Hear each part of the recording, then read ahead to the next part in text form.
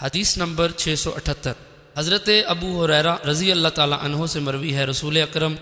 صلی اللہ علیہ وسلم نے فرمایا، بنی اسرائیل ننگے ہو کر غسل کرتے تھے اور ایک دوسرے کی شرمگاہ کی طرف دیکھتے تھے، اور حضرت موسیٰ علیہ السلام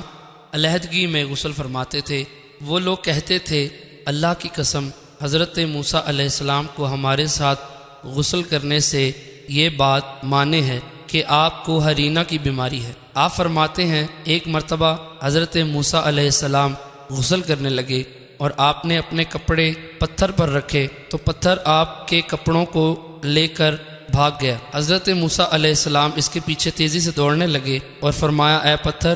میرے کپڑے دے دو، اے پتھر میرے کپڑے دے دو، حتیٰ کہ بنی اسرائیل نے آپ کی جائے سطر کو دیکھا اور کہنے لگے، اللہ کی قسم، حضرت موسیٰ علیہ السلام کو کوئی بیماری نہیں۔ بس پتھر رک گیا، حتیٰ کہ آپ کو دیکھا گیا، آپ نے اپنے کپڑے لیے اور پتھر کو مارنا شروع کر دیا۔ حضرت ابو ہریرہ رضی اللہ تعالیٰ عنہ فرماتے ہیں، اللہ کی قسم، پتھر پر حضرت موسیٰ علیہ السلام کے مارنے کے 6 یا 7 نشانات ہیں۔